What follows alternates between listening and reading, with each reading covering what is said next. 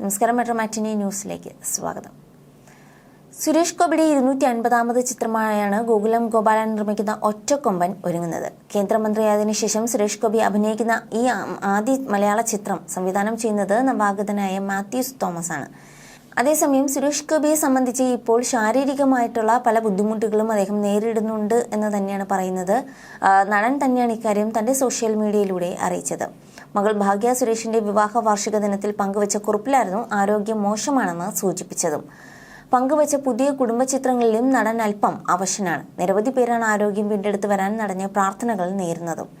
എന്താണ് നടന്ന് സംഭവിച്ചതെന്നും ആരാധകർ ചോദിക്കുന്നുണ്ട്. കഴിഞ്ഞ ദിവസം മാധ്യമ പ്രവർത്തകയോട് അപമര്യാദയായി പെരുമാറി എന്ന കേസ് പരിഗണിക്കുന്നത് മാറ്റിവെച്ചിരുന്നു. സുരേഷ് ഗോപി വെള്ളിയാഴ്ച കോടതിയിൽ ഹാജരായിരുന്നില്ല.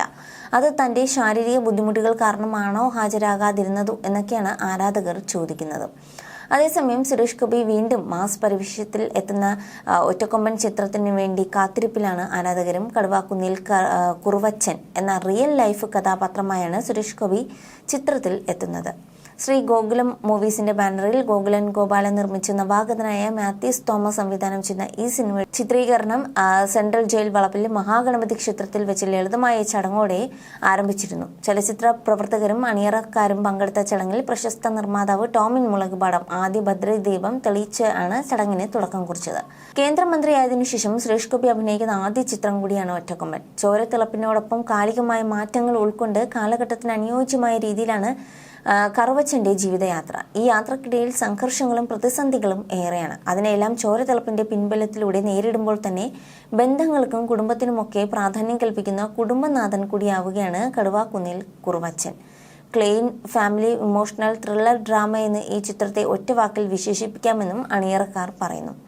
സുരേഷ് ഗോപി എന്ന നടനിലൂടെ പ്രേക്ഷകർ പ്രതീക്ഷിക്കുന്ന മുഹൂർത്തങ്ങൾ കോർത്തിണക്കി ക്ലീൻ എന്റർടൈനർ ആവും ചിത്രത്തിന്റെ അവതരണം. വലിയ മുതൽ മുടക്കിൽ വിശാലമായ ക്യാൻവാസിൽ വലിയ താരനിരയുടെ അകമ്പടിയോടെ വ്യത്യസ്തമായ നിരവധി ലൊക്കേഷനുകളിലൂടെയാണ് ഈ ചിത്രത്തിന്റെ അവതരണം.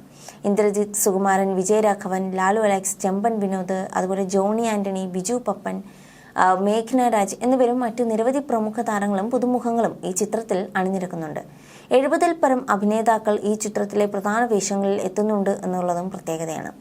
എന്തായാലും വളരെ പെട്ടെന്ന് തന്നെ ആരോഗ്യം വീണ്ടെടുത്ത് സുരേഷ് ഗോപി പൊതുവേദികളിൽ എത്തട്ടെ, അല്ലെങ്കിൽ അദ്ദേഹത്തിന്റെ സിനിമ എത്രയും പെട്ടെന്ന് തന്നെ തിയേറ്ററുകളിൽ എത്തട്ടെ എന്നൊക്കെയുള്ള പ്രാർത്ഥനയിൽ തന്നെയാണ് ആരാധകർ.